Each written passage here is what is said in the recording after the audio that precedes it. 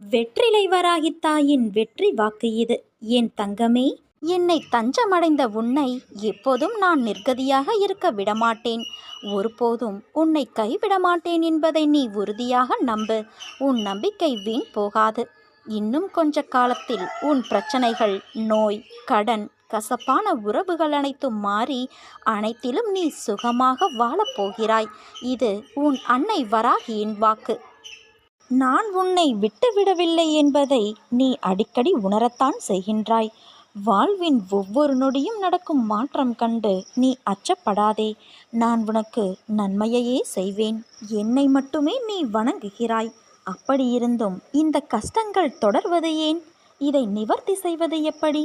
இந்த கஷ்டங்கள் வருவதற்கு காரணம் என்னுடைய அனுக்கிரகம்தான். தனது மகன் நன்றாக இருக்க வேண்டும் என்பதற்காக தந்தையார் கண்டிப்பதைப் போல, தனது மாணவன் கல்வியில் தேர்ச்சியடைய வேண்டும் என்பதற்காக கடுமையான தேர்வுகளை வைக்கும் ஆசிரியரைப் போல, தனது உண்மையான பக்தனை எப்பொழுதும் இறைவன் சோதனைக்கு உள்ளாக்குவான். ஒரு முறைதான் சோதனை வந்துவிட்டதே, மீண்டும் ஏன் சோதனை என எண்ண தோன்றும்? நான் தீவிர பக்தன், எப்பொழுதும் அவரது நாமத்தை இடைவிடாமல் தியானம் செய்கிறேன் என்ற கர்வம் எந்த சூழலிலும் உன்னிடம் வந்துவிடக்கூடாது என்பதில் கடவுள் கவனமாக இருப்பார். அதனால்தான் சோதனைகளை அடிக்கடி தந்து தன் பக்தனின் பக்தியை ஒரே மாதிரியாக இருக்குமாறு நான் பார்த்து கொள்வேன். மனதில் எண்ணற்ற சந்தேக அலைகள் தோன்றி நிம்மதியை குலைக்கும். எதற்காக இந்த அன்னை தன் பக்தராக்க வேண்டும் என்னை என்று அங்கலாய்க்கும். இருப்பதை விட செத்துப்போவது நலம் என நினைக்க தோன்றும். இத்தகைய நேரங்களில் மன தைரியத்தோடு உறுதியாக அன்னையை தொழுது கொள்ள வேண்டும். என் நாமத்தை இடைவிடாமல் ஜபித்து சங்கடத்தை தைரியமாக எதிர்கொள்ள வேண்டும். இப்படித்தான் நீ இத்தனை ஆண்டுகளையும் நகர்த்தி வந்து இருப்பாய். அதை தொடர்ந்து செய். அச்சம் உயிரை குடிக்கும். அஞ்சாமை உயிர் பிழைக்க உபாயத்தை தேடும். இதனால் நாம் ஜெயித்து விடுவோம். நான் நானாக இருக்கப் போகிறேன் என்று உன் மனதை சோதனையை எதிர்கொள்ள தயாராக மாற்று. இதுதான் முதல் படி. என் கடவுளான அன்னை யாரைப் போலவும் நடித்தவரல்ல. அவர் தனக்கென ஒரு வழியை உருவாக்கி கொண்டு அவராக இருந்து நடைமுறைப்படுத்தி ஜெயித்தவர். அவர் என்னோடு இருக்கிறார். நான் பிறர் நடுவே தனித்தன்மையோடு இருக்கிறேன். நான் இதுவரை பெற்றது தோல்வியல்ல, அனுபவம் என்று நீ நினைத்துக்கொள். நான் இதுவரை அனுபவித்தது கஷ்டமல்ல, சோதனை. இதில் நான் ஜெயிப்பேன். நான் தோற்க பிறந்தவன் அல்ல, ஜெயிக்க பிறந்தவன் என்று கூறு. இவ்வாறு நீ கூறும்போது உன் மனதில் ஒரு தன்னம்பிக்கை, தைரியமாகியவை உன் மனதிற்குள் தோன்றுவதை நீ உணர்ந்து கொள்வாய். உன்னுடைய ஆன்ம சக்தி உயர்ந்து வருவதை உன்னால் பார்க்க முடியும். நான் தோற்று களைத்து போக சாதாரண உடம்பல்ல, தோல்வியோ அழிவோ அறியாத ஆன்மா என்று உன் மனம் உனக்கு சொல்லும். துன்பங்கள் உன் அருகில் நெருங்க நெருங்க நீ உன் கருமாவை கழித்து கொண்டே வருகிறாய். அப்படித்தான் உன்னை நான் பார்க்கும் நேரத்தையும் நீ உணர்ந்தாய் என் குழந்தையே. உன் மனம் இப்போது கந்தல் கோணியாக இருக்கிறது என்று நீ கவலைப்படாதே. உன் அன்னையான நான் அதை சரி செய்கிறேன். உன் மனம் படும் வேதனையில் விரைவில் நீ தங்க ஜரிகை கொண்ட வாழ்க்கையில் நுழையப் போகிறாய். இது என் பிள்ளைக்கு உன் அன்னையான நான் செய்து கொடுக்கும் சத்திய பிரமாணமாகும். என் தங்கமே, நீ எப்படிப்பட்ட தருணத்தில் என்னை வந்து சேர்ந்தாய் என்று எனக்கு தெரியும்.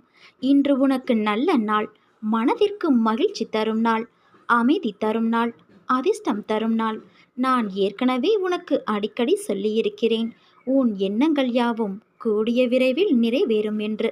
அதன்படி இன்று நான் உன் வாசல் தேடி வந்து கொண்டு இருக்கிறேன். வா செல்வமே, உனக்கு அதிர்ஷ்டம் அழைக்கின்றது. வந்து அதை என்னிடம் இருந்து நீ பெற்றுக்கொள். கடந்து வந்த பாதையில் நீ பார்க்காத துயரங்கள் இல்லை, ஏமாற்றங்கள் இல்லை. நீ விரும்பிய வாழ்க்கையையும் என்னால் மட்டுமே உனக்கு திரும்ப வழங்க முடியும்.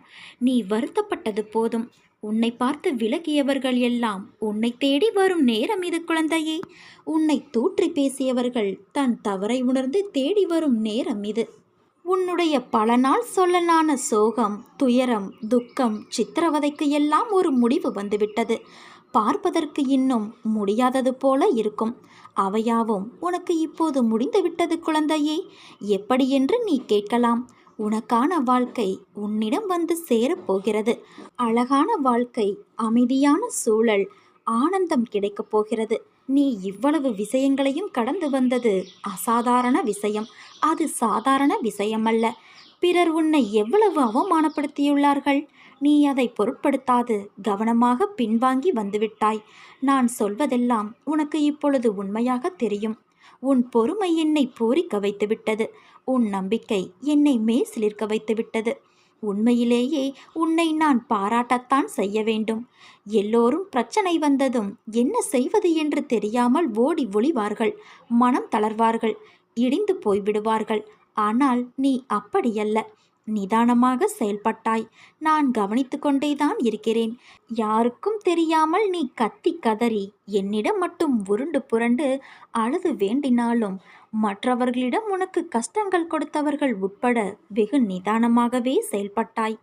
அடுத்து என்ன செய்ய வேண்டும் என்று என்னை கேட்டுக்கொண்டே அசையாத நம்பிக்கையோடு நீ இருந்தாய். நீ அப்படியே அமைதியாய் இரு என் செல்வமே. உன் அமைதிக்குத்தான் நான் உன் வீடு தேடி வந்து கொண்டு இருக்கிறேன். இன்று உனக்கான ஒன்றை தரப்போகிறேன். உன் பொறுமைக்கும் ஒரு எல்லை உண்டு. உன் பொறுமைக்கும் ஒரு பரிசும் உண்டு. உன் அமைதிக்கு ஒரு அற்புதம் நடக்க இருக்கிறது. உன் நம்பிக்கைக்கும் அப்படித்தான். காரணமில்லாமல் இங்கு எதுவும் நடக்காது. உன் வேண்டுதல் எதை பற்றி இருந்தாலும் இனி அதை நான் நிறைவேற்றி வைக்கிறேன். இன்று நிச்சயம் ஏதாவது ஒரு ரூபத்தில், மனித ரூபமாகவோ மற்ற உயிரினங்களின் வடிவிலோ ஏதாவது ஒரு வடிவிலோ வந்து உன்னை நான் சந்தித்தே தீருவேன். உனக்கு ஒரு வரம் ஒன்றும் நான் தரப்போகிறேன். கேள்விக்கு அப்பாற்பட்டு, நம்பிக்கைக்கும் அப்பாற்பட்டு இதை நீ நம்ப வேண்டும். உன் சித்திரவதைக்கு எல்லாம் ஒரு முற்றுப்புள்ளி வைக்க உன் வீடு தேடி நான் வந்து கொண்டு இருக்கிறேன். இன்று நீ மகிழ்ச்சியில் துள்ளி குதிக்க இருக்கிறாய். உன்னுடைய பொறுமை உன்னை உயர்த்தப் போவது சர்வ நிச்சயம். உன்னுடைய உயர்வு நிச்சயமான ஒன்று. உன்னை ஒருபோதும் இனி நான் காக்க விடமாட்டேன். அலைப்பாய நான் விட மாட்டேன். உன்னை இனி நான் தூக்கி உயர்த்துவேனே தவிர விழவிட மாட்டேன் குழந்தையே. இன்று என் அதிசயம், அற்புதம், ஆசீர்வாதம் அனைத்தையும் நீ நிச்சயம் பெறுவாய். என்னை வரவேற்க நீ காத்திரு. உனது கோரிக்கைகளை என் செவிகளின் வழியாக கேட்டுக்கொண்டே இருக்கிறேன். உனக்காக அவதரித்தவள் நான்.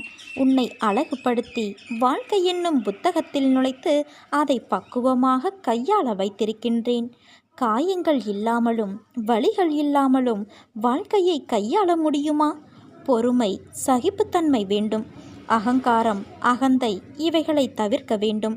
அதன் பிறகு எல்லாமே உன்னால் முடியும்.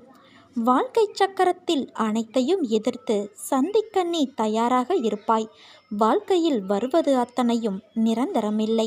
அனைத்தும் மாயை. ஒரு நாள் உனக்கு, இன்னொரு நாள் வேறு ஒருவருக்கு. அதனால் கவலைப்படாமல் மகிழ்ச்சியோடு இருக்க நீ பழகிக்கொள்.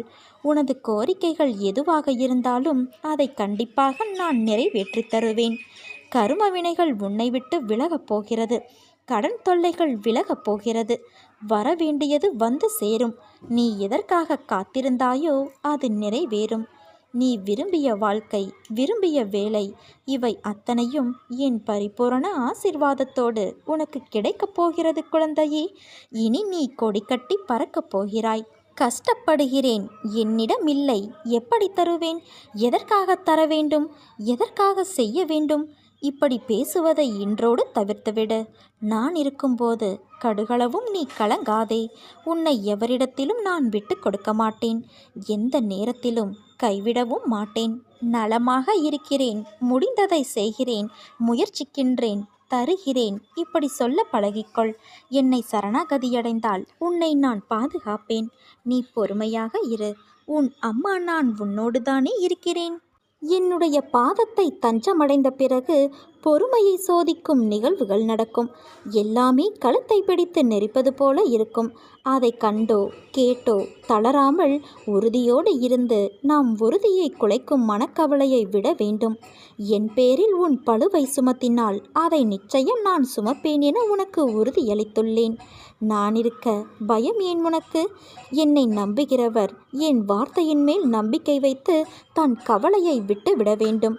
அன்னையின் மீது பாரத்தை ஏற்றியாகிவிட்டது.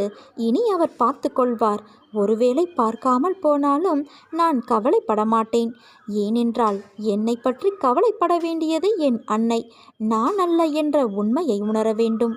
வாழ்வில் எனக்கென்று யாரும் இல்லை. என்னை தேற்றுவார் யாரும் இல்லை. என்னை முன்னேற்ற அடையும் எந்த ஒரு சூழ்நிலையும் கிடைக்கவில்லையே என வருத்தம் கொள்ளாதே.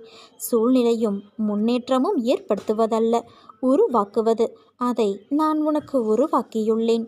நீ கவலை கொள்ளாதே குழந்தையே. ஏங்குதல், போராட்டங்களை விடுத்து என்னையே சார்ந்திரு. நான் உன்னுடனேயே இருப்பேன். நான் உன்னுடைய தாகத்தை தீர்ப்பதற்காக வருவதற்குள் உன் மனம் சஞ்சலமடைந்து நீ எங்கேயோ செல்கின்றாய். நான் உனக்காகவே இருக்கிறேன். பாரத்தை என்மேல் சுமத்து. உனக்கு சாந்தி ஏற்படும்.